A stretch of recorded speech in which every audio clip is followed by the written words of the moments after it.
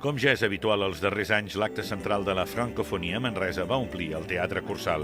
La Francofonia a Manresa celebrava 20 anys i ho feia amb l'estrena mundial del musical 12 francs, una producció de Gil Marcelà especialment per a ser estrenada a la capital del Bages. Abans, però, el pati del teatre va ser l'escenari de l'acte protocolari de llançament de globus per a la pau. La festa de la Francofonia va comptar enguany per primera vegada amb la col·laboració de la Fundació Universitària del Bages, on estudien un gruix important d'alumnes francesos que van portar els globus de la pau i la bandera de la francofonia.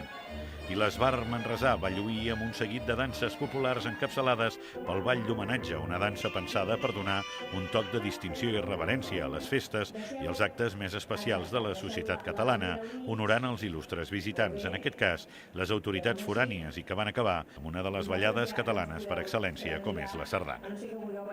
Un grup de nens i nenes dels instituts francesos de Catalunya o fills d'aquest país que estudien a la FUM manresana van alliberar globus amb els colors de la bandera francesa i els de la bandera de la francofonia. 9, 8, 7, 6, 5, 4, 3, 2, 1, 0.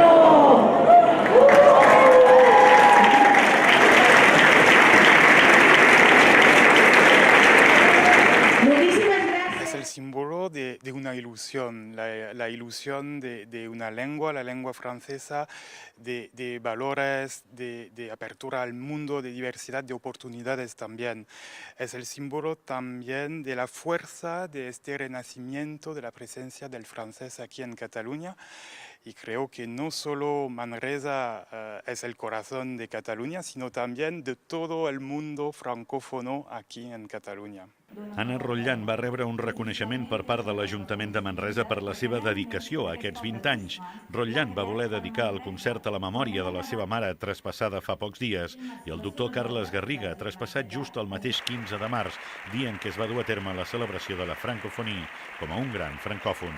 A la tarda es va dur a terme una tertúlia a Canal Taronja on es va parlar dels valors que traspassen fronteres de la francofonia i sobretot del significat important que transmet i aporta a tots els pobles. Está creciendo en el mundo y está creciendo en continentes prometedores como África. En estos momentos es el mayor foco de crecimiento de la francofonía. Pero esa diversidad también hace que sea extraordinariamente dinámica. En francés decimos que la francophonie, c'est un trait d'union. Es algo que nos une, ¿no? Es ese vínculo que tenemos personas del norte y del sur, de oriente y de occidente, porque junto con el inglés, el francés se habla en los 5 continentes. En pequeñas partes en algunos de ellos, pero en los 5 continentes. Como ya han dicho mis colegas, son realmente los valores de la francofonía, que son los valores de Suiza también, los derechos humanos, la igualdad de lingüística, cultural, la democracia, es muy importante para nosotros. Y claro, francés es una de nuestras lenguas oficiales, 1/4 de la población habla el francés, el resto quiere aprender el francés, intenta aprender el francés, y es eso. Y la lengua de diplomacia que tenemos Ginebra, como la ciudad de la diplomacia del mundo, donde se pasa más conferencias de todo el mundo. Y es un poco un problema que el francés pierde un poco de peso. El valor de la francofonía también no es decir todos tienen que hablar el francés, sino que todos tienen que expresarse en su idioma y si es posible en francés también. Entonces me siento muy sensible a lo que es el plurilingüismo. Y Cataluña es la tierra del plurilingüismo. Bueno, casi todos hablan catalán, castellano, más otro idioma, que sea el inglés, que sea el árabe, que sea el francés. Y fue como el detalle más importante aquí en Cataluña para mí, es que cómo pueden convivir, se dice, cohabitar, convivir, idiomas en la paz, en la tranquilidad y en la posibilidad de intercambiar valores, ideas. En Barcelona el francés es muy presente también como un idioma y para mí la francofonía también es un maravilloso espacio para la educación también, con más de 129 millones de personas que aprenden el francés en el espacio francófono. So es un herramienta fabuloso. Passa que volia fer una mica de referència, i que les persones que ens han precedit encara parlant, que fixeu-vos que estan parlant de coses molt grosses, estan parlant de valors, estan parlant de democràcia, estan parlant d'acollida, estan parlant de diversitat, i Manresa està aquí, amb aquest... Cal agrair totes aquestes persones, tots aquests ens, institucions que hi participen, però la nostra persona és la senyora Rullant, i és ella, i aquest context d'educació va ser on va néixer tot plegat, ells com a presidents, diguem, de l'associació de mestres de francès, no? Aquí és on neix una mica i on s'escampa cap a cada vegada més actes, cada vegada més qualitat, cada vegada companys de viatge segurament que poden posar en valor també tot això, que potser primer és un petit local i al final acabes amb un cursal. Una situación casi catastrófica en Cataluña. La apertura de Cataluña pasó por el inglés. Y únicamente el inglés. Y fue un momento únicamente de cultura, de lengua inglesa, con casi la desaparición de todos los idiomas, otros idiomas. A tal punto, por ejemplo, que en mi universidad se habló un momento dado de suprimir los idiomas que no sean en inglés.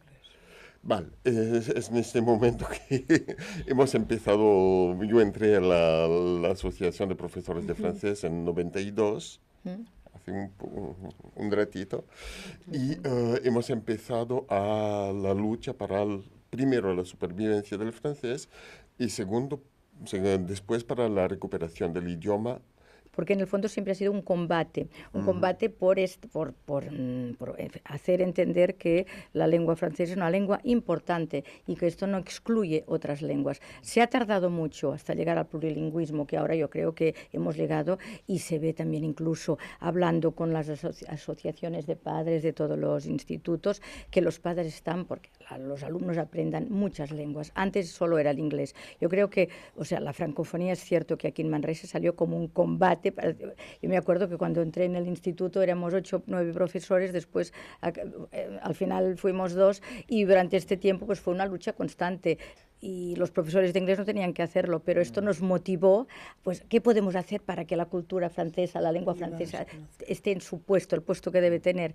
Un cop dins el teatre, amb la sala plena i les entrades exhaurides, el públic va gaudir de les veus de Jules Grison i Grégory Benchenafi, protagonistes masculins de Douze Francs, un musical que se situa als carrers de Ménilmontant, al París de la postguerra dels anys 50-60. En aquest nou espectacle, Gilles Marcelà evoca tots els grans chansonniers, Maurice Chevalier, Charles Trenet, Jacques Brel, Georges Brassens, Charles Aznavour, Gilbert Bécaud o Serge Gainsbourg, que han estat poetes i ambaixadors de la cançó francesa i que han deixat la seva empremta musical arreu del món. Douze Francs es un espectáculo creado por Gilles Marcelà y para el 20 aniversario de la francofonía en Manresa. Y Douze Francs es la historia de dos amigos que viajan a través de la chanson française desde Maurice Chevalier hasta Charles Aznavour. La francofonia és un esdeveniment cultural a nivell mundial que celebra els valors de la llengua i la cultura franceses i altres valors del país veí. A Manresa està organitzada per l'Associació de Professors de Francès de Catalunya amb el suport de l'Ajuntament de Manresa i l'Ambaixada Francesa. L'Organització Internacional de la Francofonia va néixer el 1970, té la seu a París i en realitat engloba 88 països de parla francesa, però que tots tenen en comú que comparteixen uns valors de solidaritat, dels drets dels homes. Després està repartida pels 5 continents i realment són uns valors que nosaltres aquí a Manresa vam pensar que ho podíem acollir. I des de fa 20 anys celebrem aquesta francofonia aquí a Manresa.